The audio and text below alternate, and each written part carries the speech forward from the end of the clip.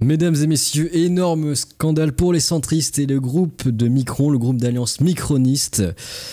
Un des leurs serait un gros dégueulasse sexuel qui tente de vouloir pécho des jeunes hommes. Hein. Alors certains commencent à dire mais où sont les hétéros en politique? Bonne question. Il se raréfie. Approche-toi, caresse non consentie, tentative de baiser, André Settini, maire d'Issy-les-Moulineux, est accusé de scellement sexuel sur deux anciens collaborateurs, mais elle n'a toujours pas été auditionnée malgré une plainte en 2022. Mediapart.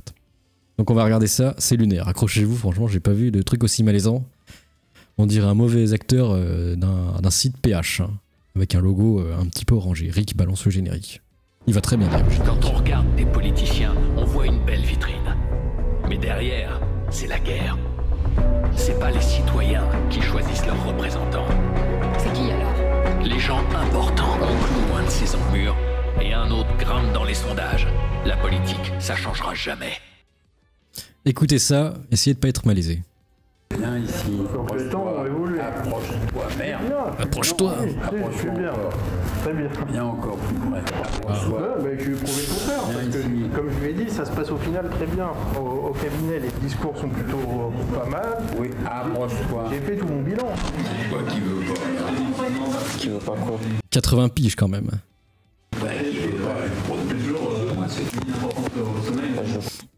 Approche-toi de ma calvitie. S'il te plaît, lèche ma grosse calvasse. Lèche mon Norwood 12. Ok. Pas être proche de vous parce que je veux pas monter. Enfin, Je veux pas monter quoi? je vous dis oui, bref. Donc quand le maître du Logos disait que la politique fallait passer sous le bureau, bah dans tous les cas oui, même quand t'es hétéro tu dois passer sous le bureau, même en quantum, ça fait peur quand même.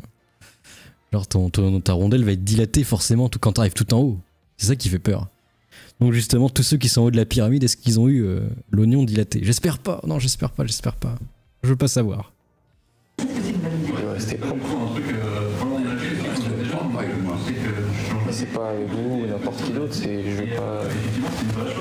suis pas dans la mentalité coucher pour réussir ou.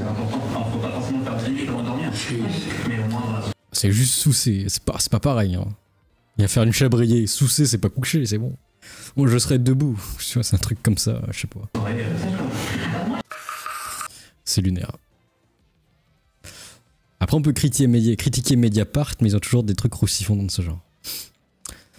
Immonde, ce n'est pas vraiment une priorité de la justice. Maire depuis 45 ans, putain il doit se faire de la thune, hein, le bougre. Ça va être le dream d'être maire comme ça, 45 ans.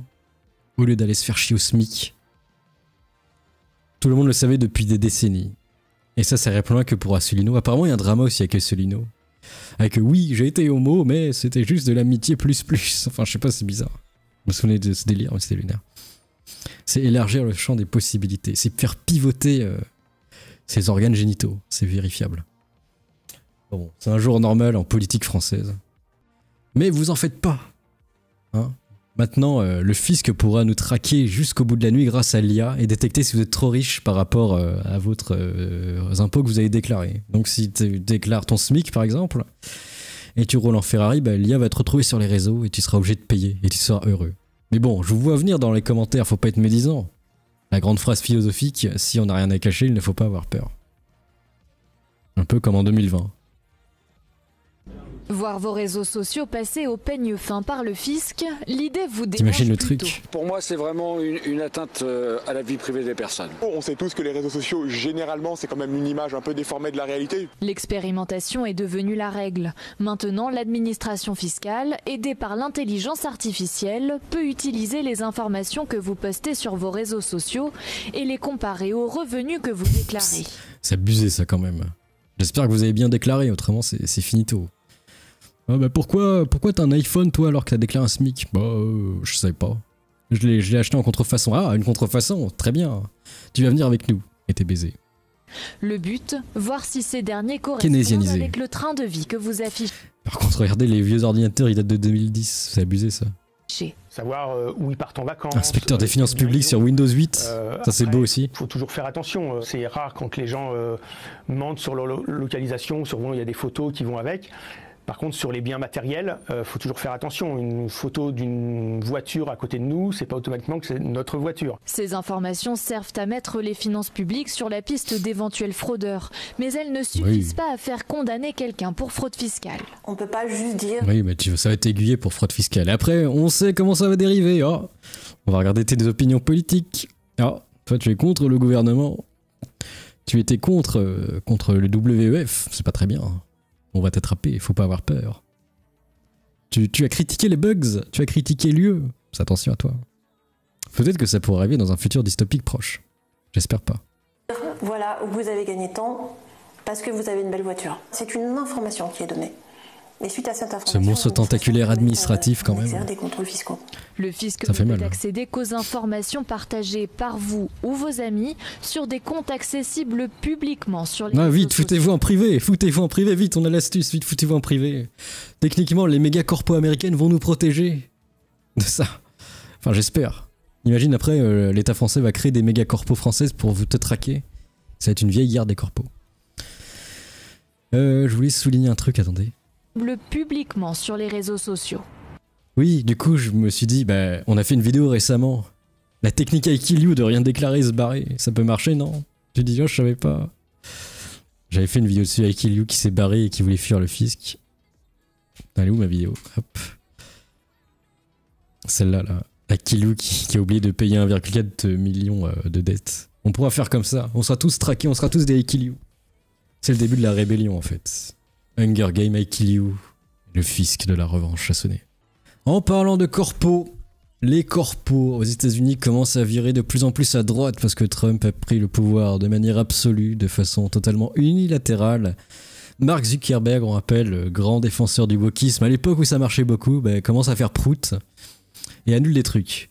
Mark Zuckerberg, PDG de Meta, Facebook, Instagram, a ordonné le retrait des tampons des toilettes pour hommes dans ses entreprises. Alors ça c'est facho, attention, ne faites pas ça chez vous.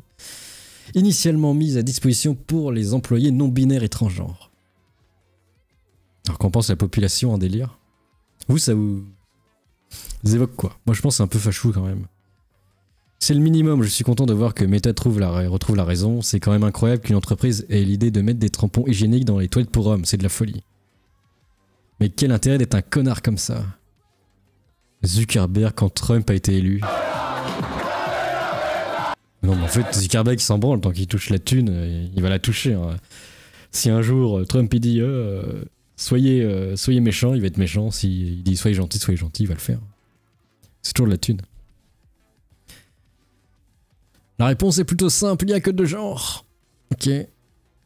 Parfait, bravo, retour de la normalité. Finito le wokisme. Bon voilà. RIP les toilettes non genrées. En France, c'est marrant, ils voulaient commencer à développer ça, mais du coup, est-ce que la montée de la droite va bloquer ces mises de toilettes non genrées? On rappelle que j'étais beaucoup critique à l'époque parce que c'était le bordel dans les toilettes, que ça ressemblait à rien, les chiottes. Surtout les chiottes pour hommes, c'était Night City, c'était la jungle. C'était le DLC Phantom Liberty et il fallait survivre dans cet endroit où la difficulté était atrocement élevée. Du coup, si on combine les deux, ça va abaisser le niveau, en fait, tout simplement. Ça va pas le monter. Ça va être le dépotoir. Et enfin, on va finir par une non-parodie de Reggae Gorilla. On rappelle, c'est l'écolo woke ultime. Et il s'affiche fièrement ses bilans carbone, il en est content. Alors, voici le premier post. Les gens ne se rendent compte toujours pas à quel point le réchauffement climatique va tuer des milliards de gens. Notre génération sera peut-être l'une des premières à en souffrir des conséquences extrêmes. C'est toujours triste de voir ça. Ok, et regardons le deuxième message.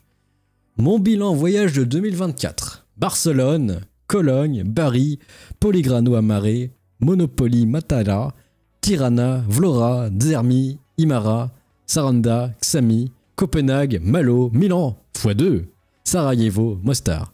Pas sûr de pouvoir faire plus en 2025. C'est vrai, je pensais que tu pouvais faire plus quand même. C'est lunaire. Mais j'aimerais maintenir le nombre et peut-être trouver le temps en 2026 de faire plus de voyages plus loin qu'en Europe. À un moment, je sais plus. Hein, je sais plus. C'est une mauvaise parodie ou c'est quelqu'un qui est là pour torpiller la gauche? Je sais pas du tout. Ça s'appelle la gauche caviar. Hein, c'est techniquement ça. Il brasse des thunes.